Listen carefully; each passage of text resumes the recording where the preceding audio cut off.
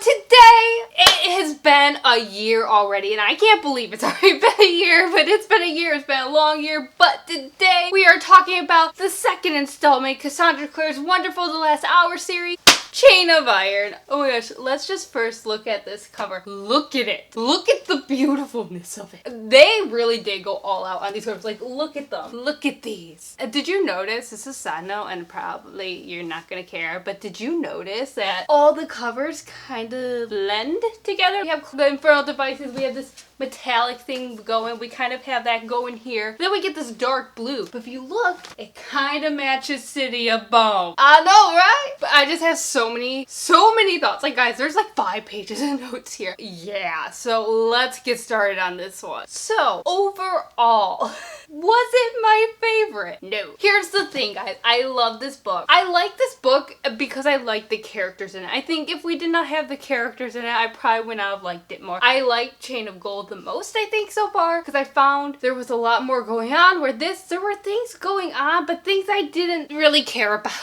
It started off so good. Just like the creepiness of it, like with Lucy and Grace, and I was like, okay, here we go. Like, I am ready for this. But it kind of was like, the whole plot till the very end, and then we're like, oh look, let's now take this to 100, and I just didn't care for it. I think it fell very into the second book slump type thing. There could have been a lot more creative freedoms here. I felt it was a little bit predictable. Like, y'all, if you go watch my Chain of Gold, I was like, what? I guessed right? Like, point for me. Like, I'm so proud of myself. Yeah, it was a good book. I liked it. There was parts of it I loved, but at the same time, I didn't feel like that whole I can't stop reading it like I did with Chain of Gold. So, the book kind of starts off with the night before James and Cordelia's wedding. And you know, it's like the fun like bachelor stuff and things like that. And then we notice that James goes into the Shadow Realm, which he hasn't done in forever. I thought that was going to be a much bigger plot in this book, and it wasn't. That's why I say I think there was so much that was set up in the first book that you're going to be like, oh my gosh, like, is this really happening? And then it was like, not really how you thought. No. So, I thought that was going to actually be a part of a big book, but it wasn't. It was like there was a little part that actually did contribute to it. But let's talk about the wedding scene. I didn't think it was actually gonna happen. I would think, okay, yeah, I get it, this marriage is a whole setup. Like, I get that, but I thought it would be like, something's gonna happen, like, you know, like right when they're about to like do their vows, something would be like, wait, no, something happened, we can't proceed with this wedding. I thought like maybe it'd be some random demon fight, or I don't know, Tatiana Blackthorn was just gonna show up, be like, no, not happening. And then so I'm reading, I think, oh, any minute something's gonna happen. And then nothing did, and I was like, oh, they really are married. Okay, like, I'm not expecting that. And I think Cassandra Clare wanted you to like this match, this James and Cordelia. And I know based off the timeline they end up together, and I was totally rooting for a Chain of Gold, but here I was just like, I'm not rooting for this. I really am not. But I'm also not seeing her with someone else, which we will get to that later. I found having the killer's perspective was really interesting. It's something very different than we've seen before, and I know in the first few pages of the book, before we really get into the book, it talks about how like, oh, he only had 2 names on his mind, Cordelia Carstairs and James Herondale. It makes sense now, like, especially with the last battle where we find out like James' grandfather, Belial? Is trying to possess him, and Cordelia, who has Cortana, is the only weapon that could wound him. So I get that now. I was like, I see what you did there. But when they go to the factory to talk to that one ghost, did anybody else just like get like Clockwork Prince vibes? Like, I don't know, was it a factory? I don't know. I remember in Clockwork Prince, they go to this like warehouse, and there's like all these mechanics, and part was like, is this the same place? Is it? I mean, I probably am wrong there, but I like to think it is, and this is coming to a whole full circle, but honestly, that's just me wishful thinking. Okay, so I'm jumping to like the last 3 quarters of this book, because that's where I feel like the most happened. So, if you have not read Lady Midnight, the Dark Artifices series, I'm gonna suggest you mute this video. I will put a picture down here, and when the picture goes, you can come back. But if you don't want to be spoiled, don't listen to this part, or else you will be spoiled. But it is so interesting to see how how the author is weaving together these two stories, because it was always said that these two series were going to interwoven with each other. And for a while there, because when the Mortal Instruments was out, they were also like being released alongside the Infernal Devices, so you got to see how they weaved in and out. And that's for a while what everyone was predicting, that oh, she would post the first book of Dark Artifices and then the last Outward book and then all this, but she didn't. And it's actually still really interesting, because I think you kind of had to know the outcome in Queen of Air and Darkness in order to understand this. And oh my gosh, I felt like this one was much more obvious than the other one. In this book, Malcolm thinks Annabelle is still alive, and it's just really interesting to see how this perspective is gonna change as set up for the Dark Artifices series. And just to think like, oh, if none of this happened, the Dark Artifices series probably would not have happened. Maybe. It's really debatable, honestly. Like, when they found out the truth about Annabelle, they were like, oh, we should tell him gently, or, you know, we shouldn't tell him that way. And Grace just basically comes out and says, yeah, she's dead. Like, I get telling the truth. And Grace is like, well, we had to tell the truth. But you don't be brutal about it. Like, Grace literally ruined Malcolm's life and then the life of other shadow hunters in the future. 100 years back has predicted. No, it'd be over. The Dark Artifices takes place in 2015. This is about 1909. So, 200 years! An event that happened 200 years ago would mess with shadow hunters. Okay, you just don't want to stay. Would mess with shadow hunters 200 years in the future. Like, she literally messed up the lives of people who weren't even born yet. But part of me wonders, is Grace a fairy? Okay? Is Grace a fairy? Because, and here's another, the Dark Artifices series spoiler, it is said in Lady Midnight that Malcolm found out about Annabelle's fate through a fairy. And there was a reference in this book about a fairy, that when they were talking about Grace. Is Grace maybe like a changeling? Is she like a fairy? I don't know. Like, they said, I get her, she has this power that came from Belial, I don't know, and Belial, I don't know. And then, but is there some fairy type in this? Because Malcolm says, oh, I found out through a fairy. But then what's also interesting is he also says how like they all lied to him. Magnus, Tessa, all of them lied to him, which is very interesting because Tessa at this point is still a shadow hunter. She's a warlock, but she's a shadow hunter. She hadn't yet gone with the Iron Sister. She still hadn't really embraced her warlockness yet. And so part of me wonders, like, when did Tessa get to lie to Malcolm about the whereabouts of Annabelle? Unless maybe like later on, say like, let's give him random date, 1970 happened, and Malcolm's like, hey Tessa, like, how's Annabelle doing? Like, you know, you're in that Iron Sister cathedral together, like, how's she doing? And Tessa's like, oh, she's doing great. And Malcolm's just like, you liar, I know the truth. Like, does something like that play out? Because kind of does contradict a little what happened in Late Midnight, according to what the story of Malcolm said in Late Midnight about what happened to Annabelle, unless if, you know, he is considered an unreliable character, so maybe he twisted his story, or, you know, it was a 200 years. In 200 years, I think your mind can start changing the story. Like, that's just human psychology there. You'll experience something, but over time, little details of the story start to change on their own, whether or not you consciously thought of it or not. So the whole point of this book is them trying to raise Jesse from the dead. Well, that's one of the storylines. So my thing is this where Malcolm learned how to do it? It's through the whole thing he had to do with Lucy and stuff like that. Therefore, is this also setting up for the Dark Artifices as well? Like, I kind of want to go back and read Lady Midnight again, and I might. Okay, can we just talk about how irritated I am that, like, the author got rid of Will and Tessa? Like, you can't get rid of your OGs. Like, first she's like, oh, Jem Magnus gone. Like, you know, they're gonna go off and deal with this nonsense over here. And then, oh, Will and Tessa, you're also gone. And I'm like, those are my babies. Don't get rid of them. Like, don't get me wrong, I love all the characters in this book, but like, Will and Tessa were like my favorite part of the last book.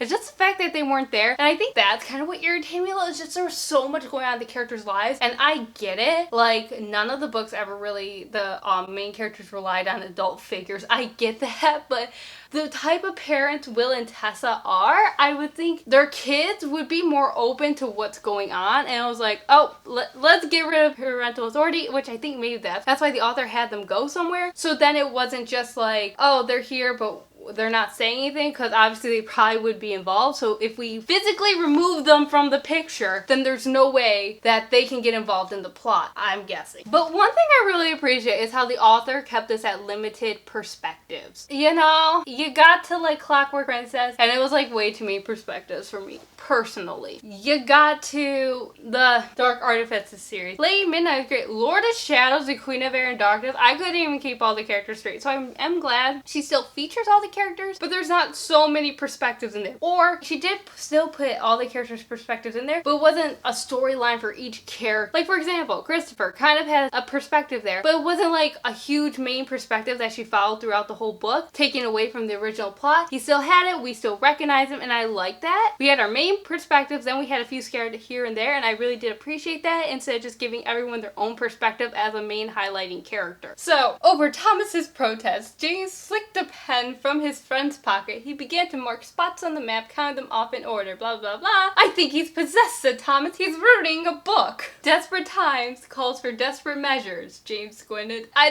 love that interaction. Like I said, you could just see them just trying to figure out this mystery, and James like, oh, I need a pen, and just started writing on a book, and Thomas is just like, the horror of this scene. What? Respect your books. Even though I write in mine all the time. But still. I just found that it was like really fun. It's like, I love that about Cassandra Clare's writing is that, you know, you have your seriousness, but then she likes to just put in like a little humor, like here and there, like sprinkle it in a little, like, like, let's lighten up the mood just a tad. I like how Cordelia talks about how she could see Matthew's arm. It said Matthew had very nice arms. She realized, like, damn some nice arms. Like, I don't know, I just found that funny how she was like, the arm. That's what she's noticing. Which is really funny reading about it now because after knowing how the book ends, like how she's starting to notice Matthew, like I'm starting to notice I'm starting to think there actually might be a love triangle going on in the third book between her, Matthew, and James. Clearly there might be something up with Jesse because no one just comes back from the dead and is just like fine and normal. So what happens if he's actually corrupt as well, and so he dies again, and then Lucy dies, and then they're both ghosts and they go and fall in love and get married as ghosts and live happily ghost lives. I'm assuming Lucy's line is the Blackthorn line in the Dark Artifices series. So I'm not really sure how that might play out or work. I don't know. I mean, stranger things have happened, so I don't know. But that's kind of also kind of a crazy theory out there. I think I'm just spouting words now, to be honest. Also, Cassandra Clare has said that this ending in Chain of Thorns is going to be much worse than Clockwork Princess. Now, I will admit, Clockwork Princess was a little bit more milder, which I was okay with because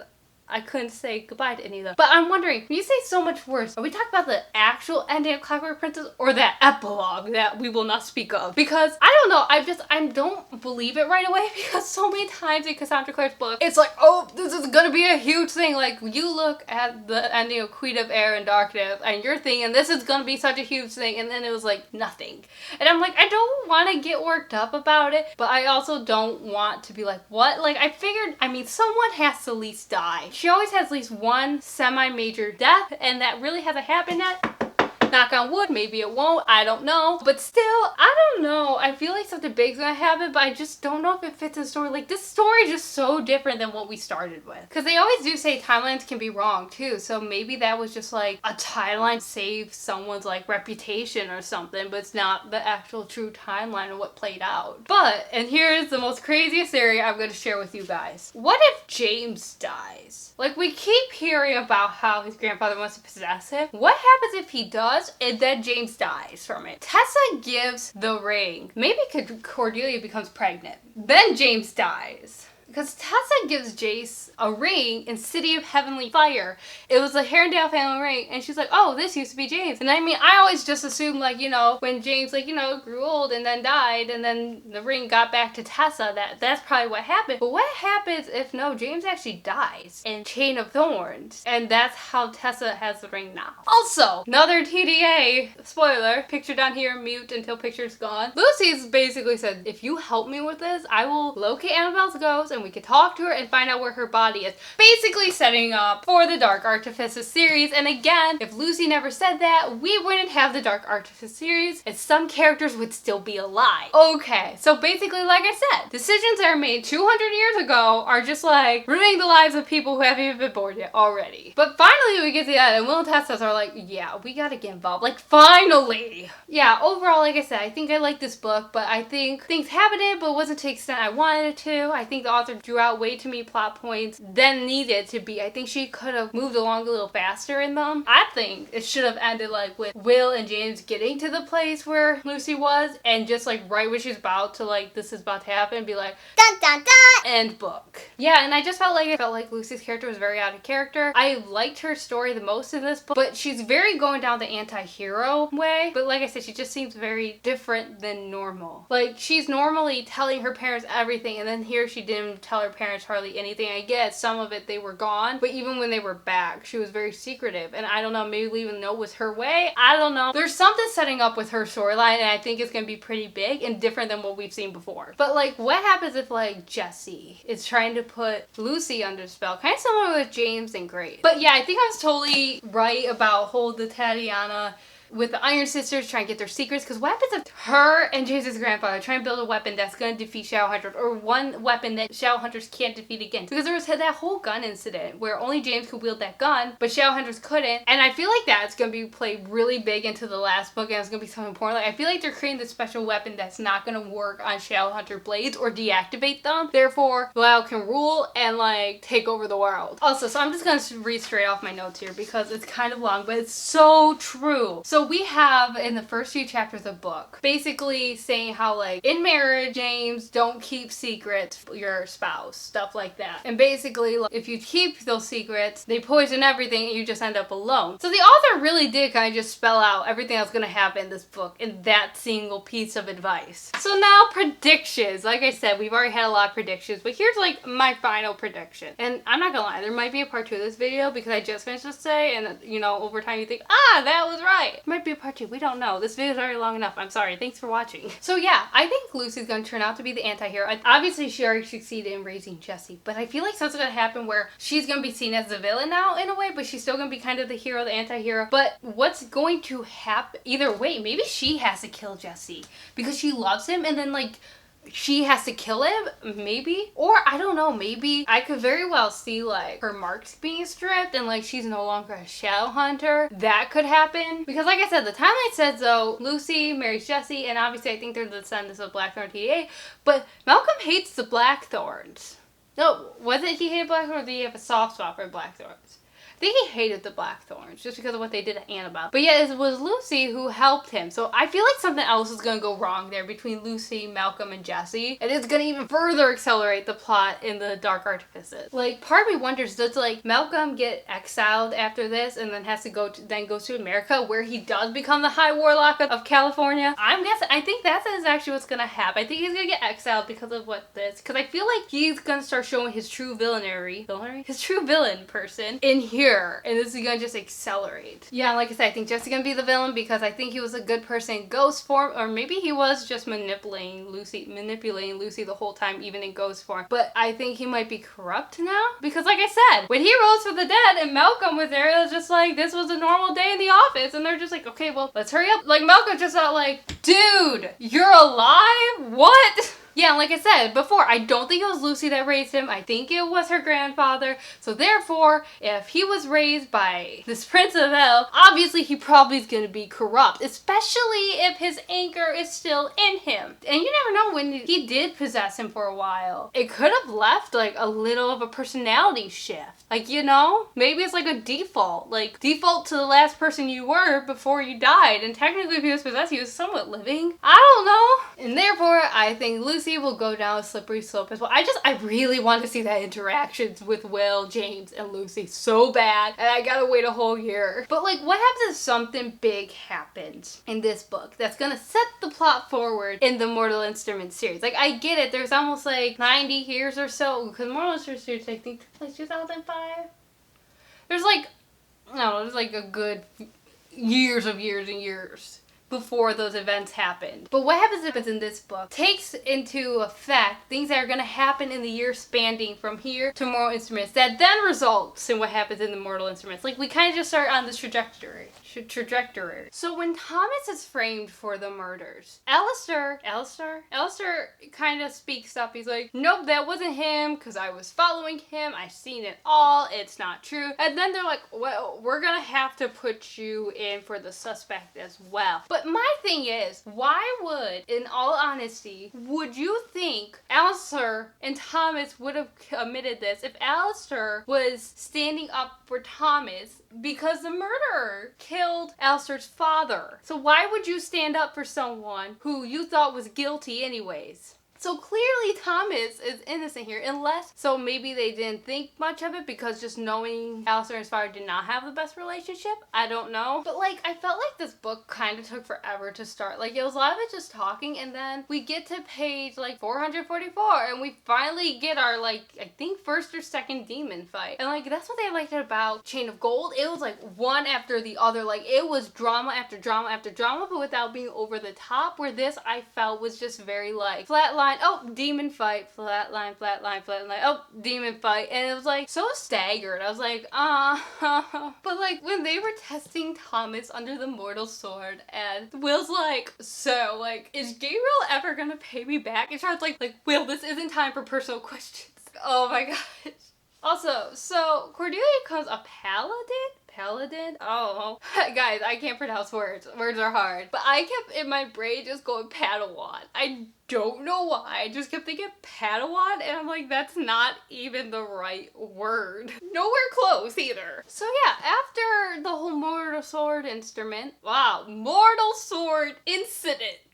wrong book. They hear this ruckus and they're like, well, let's go check it out. And then there's this giant octopus just comes from the earth and is starting to attack. They're like, I'm sorry. I get it. This is a serious moment where you're like, oh shoot. What are we gonna do? We gotta go fight. But if I was just chilling and I seemed to look outside and this giant octopus creature started to come from the earth, even though you were miles away from the ocean, I would just be like, okay, like, there's some comedy in that a little. Like, obviously it's not good, but like, wouldn't you just be like, like, I get it, we find out why. We find out it's like the sea demon, like, it makes sense, but at first, before they even connected the dots, wouldn't you be wondering why is there this giant octopus attacking us? Like, I don't know. Yeah, so we have this giant octopus sea demon, and turns out he's working for James's grandfather, Belial, I don't know, and because he owed him a favor. At the same time, James's grandfather is talking to him about why James needs to let him possess him. Like, you know, normal family conversations here. And then, like, if that's not already crazy enough, we have the octopus, we have the grandfather trying to possess the grandson. Lillian comes back as a ghost and was like, Cordelia, you are failing. And I'm just like, what the heck am I reading? It's like the author, I felt like at one point I was like,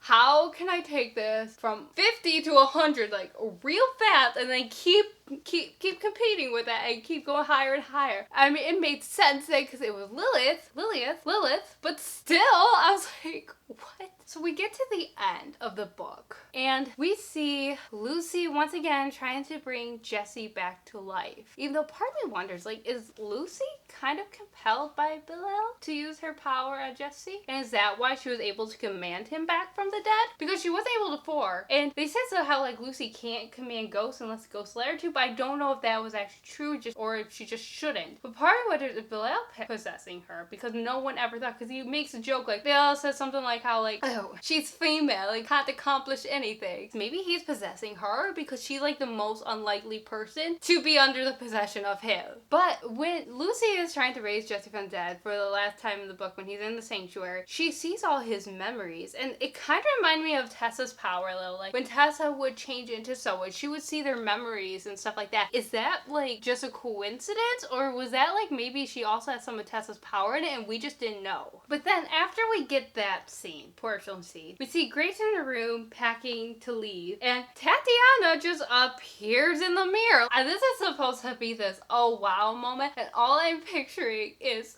the mirror on the wall from Shrek. And I'm like, this is not helping the situation at all. And then we have that whole incident where then Grace runs to James and Cordelia sees it and she misinterprets it all and runs out. And I'm not gonna lie, I was a little irritated with that scene. Like, it made sense. The book was leading up to it. You assume something like that probably was gonna happen. But I was just so intrigued with Lucy's story that I'm like, oh, why do I have to listen to this? Don't get me wrong, it was a very interesting plot, but I just kind of lost interest in the whole James and Cordelia's storyline, and hopefully maybe in Chain of Thorns, I think it is, I will pick back up and like it more. But at this moment I was just like, okay, because I think in Chain of Thorns, their relationship, they're not gonna get back together till the end of the book, like you already know that. But part of me wonders if their relationship is gonna be more of a I hate you, I love you, we break up, you call me, I miss you, I love you. We'll never ever get back together.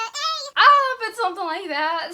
I don't know. I feel like our timeline we are going by, the Holy Grail timeline that we are going by, is gonna be wrong. There's gonna be something that's like, just kidding. Really not happened here. I don't know though. But part of me wonders. Yeah, and like the whole storyline with Lucy was like really going. It's like, ooh, what's gonna happen next? And I was like, it was James and Will going after Lucy. And I'm like, this is the story I signed up for, and then it just ends. And I'm like, what? Like, I'm not really buying the Matthew and Cordelia story. And the whole like, yeah, life got hard, so now we're just gonna go to Paris and just ignore it. Cause, you know, that's how we handle our problem. Like, I totally get escaping to clear your mind, but I didn't get it. Then, especially because Will catches up James at the train station, and James is like, oh, yeah, we're just, going on our honeymoon. I get it. Will is distraught at this moment, so he's not thinking clearly. Even James is like, dude, if you were totally fine right now, you would see past this lie. Would it, though, it would at least be, like, kind of weird, just like, why are you bringing your pair of body along on the honeymoon? Like, I get it. Pair of bodies are supposed to do everything together. Like, they're, like, the BFFs of all time. But, you know, there's just something you just don't bring your pair body to. And it just shows how distraught Will really was. But then I was like, well, you know, I need your help, so you just gotta kind of tell them no.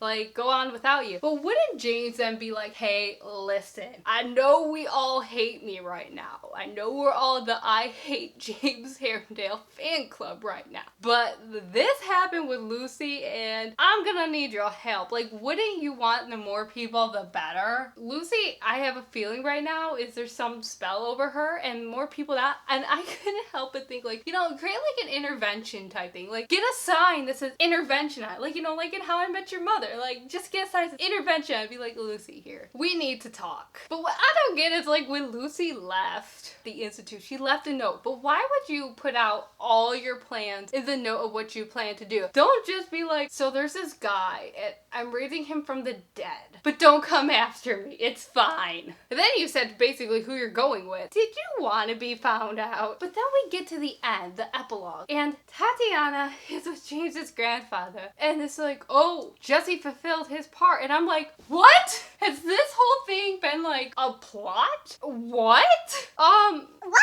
So when James rose from the dead, was this the work of Belial? Of James's grandfather and not Lucy? Because Lucy tried it once before and she just got knocked out basically. And this happened here. But what happens if it was really the work of James's grandfather and he worked through her and allowed her to do it? And that's because I just thought of it, guys. So James's grandfather and Lucy's grandfather obviously says he cannot possess a human because no human could ever withstand his power in them. And that's why he possessed Jesse, because he has anchor in him and all that other stuff. And so what happens if really this whole Lucy commanding Jesse to live was not really Lucy's power being able to command it, but Belial, guys, I can't pronounce that word. James's and Lucy's grandfather working and possessing Lucy to raise Jesse Lucy from the dead.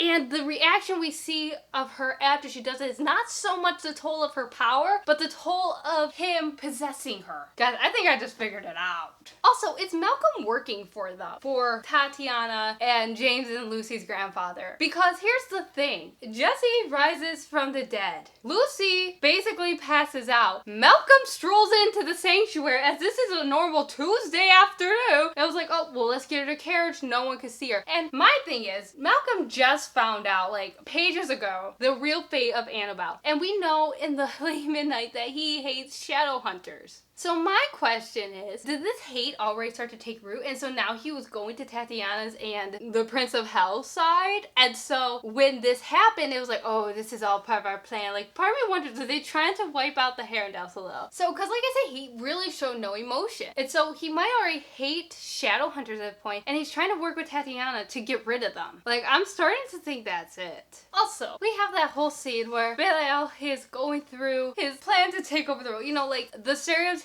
villain speech where I'm gonna do this and this and this and this is how I'm gonna do it. And I couldn't help but he's like just sitting there like giving a sales pitch. Like, this is why we should take over the world. This is why you should get behind me. Let's do this. Okay. And I also don't think Lucy and Cordelia are gonna be pair bodies. Like, that's such a huge storyline. But I don't know, maybe like it's gonna be like the last thing. It'd be like, oh, will you be my pair body still? And then the epilogue will be them becoming pair bodies, because I don't know, I can see it going both ways because it is kind of a huge point in the book, but I could see the author going either way. I honestly think something big is gonna happen to Lucy. Her character, I think, just did like a whole flip in this book. Like, I loved her in Chain of Gold, and she just seemed like a totally different person in Chain of Iron. And that's why I think like I'm kind of going along with the possession theory. And over time, she just has slowly changed them because she's kind of messing with some dark stuff here. And maybe like it's slowly or changing. Like Tatiana didn't just like wake up one day. It was like, I'm evil now and stuff. It was a slow progression, and part of me wonders if this isn't like kind of Cassandra Clare's way of going. Lucy is following down the same path as Tatiana